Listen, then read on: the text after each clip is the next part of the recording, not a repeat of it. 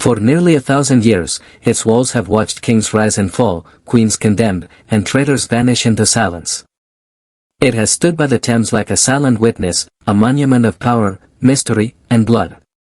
The Tower of London, once a royal palace, later a prison of horrors, is perhaps the most haunted place in all of Britain. It has seen the birth of empires and the execution of innocents. But behind its stone walls lies something deeper, not just history, but legend. The legend of betrayal, ambition, and death. Tonight, we open the gates and walk through the bloody history of the Tower of London. It all began in the year 1066, when a foreign conqueror from Normandy claimed the English crown, William the Conqueror. After crushing the Saxons at the Battle of Hastings, William knew victory alone wasn't enough. He needed fear, and a fortress to command it. "Build me a tower," he ordered, "a tower to remind them who their king truly is." So, upon the north bank of the River Thames, builders began erecting a mighty fortress of white limestone imported all the way from Normandy itself. They called it the White Tower, but Londoners whispered another name, the King's Fist. It stood as both palace and prison, protector and oppressor. From its earliest days, the tower was designed not merely to defend, but to dominate. As centuries passed, monarchs expanded the tower, wrapping its stone heart with new walls, new moats, and new fears. Kings of England came and went, each adding their mark to the fortress of dread.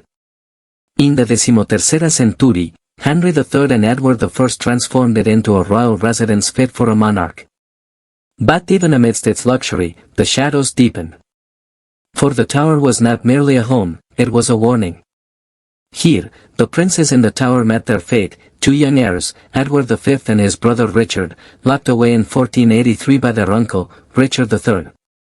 They vanished without a trace. Their bones, discovered centuries later, told the truth: the tower does not forgive innocence. And then came the Tudors, and with them, an age of blood. Under Henry VIII, the tower became a stage for royal execution. Ambition was rewarded with death, loyalty was measured in heads. In 1536, Anne Boleyn, Henry's second wife, was led through Traitors Gate, the same gate through which she once entered as queen. She knelt upon the cold stones, whispering prayers to a god she hoped still listened. A French swordsman swung his blade, and the tower claimed another. The Tudor reign turned the tower into a machinery of fear. Traitors, spies, and nobles all met their end beneath the tower's watchful eye. The rack, the scavenger's daughter, the manacles, instruments designed not just to kill, but to break the spirit. The tower was not just a place of punishment, it was a theater of power. Each scream was a message: this is what happens to those who defy the crown. Perhaps the most infamous prisoner was Guy Fawkes, the man who tried to blow up Parliament in 1605.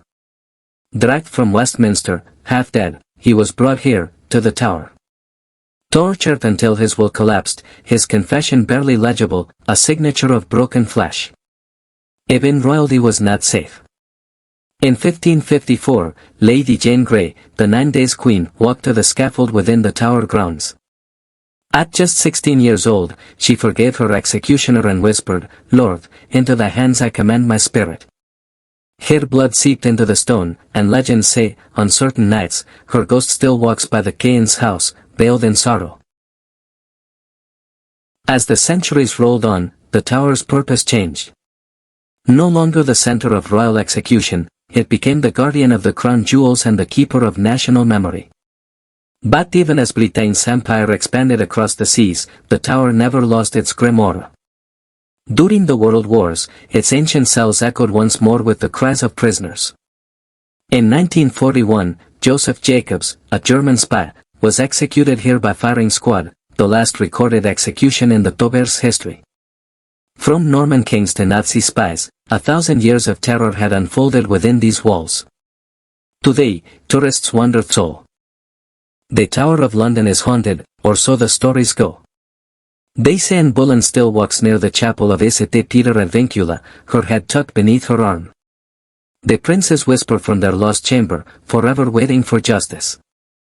And in the dead of night, the White Lady appears, her scent of perfume filling the corridors before vanishing into mist. But these tales, whether ghostly or imagined, are not just superstition. They are echoes of memory, fragments of the countless lives taken by ambition, greed, and fate. Perhaps that is why the tower endures, not just as a fortress, but as a mirror of England itself.